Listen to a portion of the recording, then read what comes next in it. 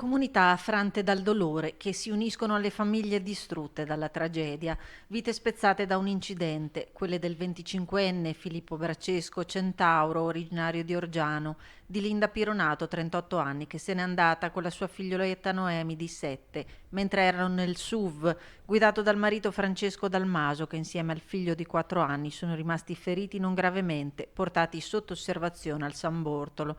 Dinamica e cause dell'incidente che hanno portato alla violenta collisione tra la moto e il SUV ieri mattina lungo via Ponticelli ad Agugliaro sono al vaglio dei carabinieri.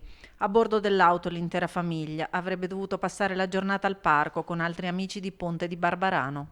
Ha sconvolto tutti, tutti, veramente tutti, perché è stata una bomba, qualcosa devastante. Avevamo proprio scambiato due parole giovedì scorso e giovedì prima e mi aveva proprio raccontato l'ultima volta di quando si è innamorata di Francesco, quindi Siete tutti scioccati qua. beh, abbastanza, insomma, un pochino sì.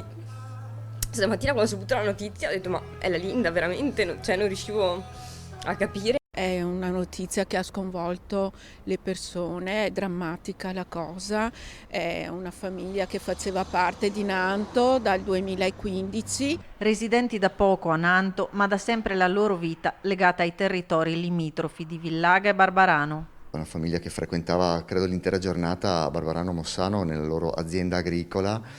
So che i bimbi anche frequentavano le scuole qui di Barbarano Mossano.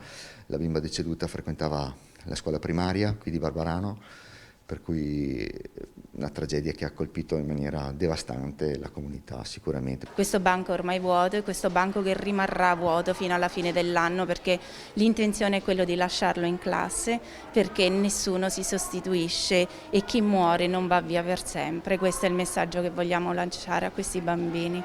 Una comunità incredula, unita dal dolore. Stasera, per dare un segno di vicinanza ai familiari, si celebrerà una preghiera alla chiesa di Mossano. Intanto, per la celebrazione dei funerali si attende il nulla osta della procura.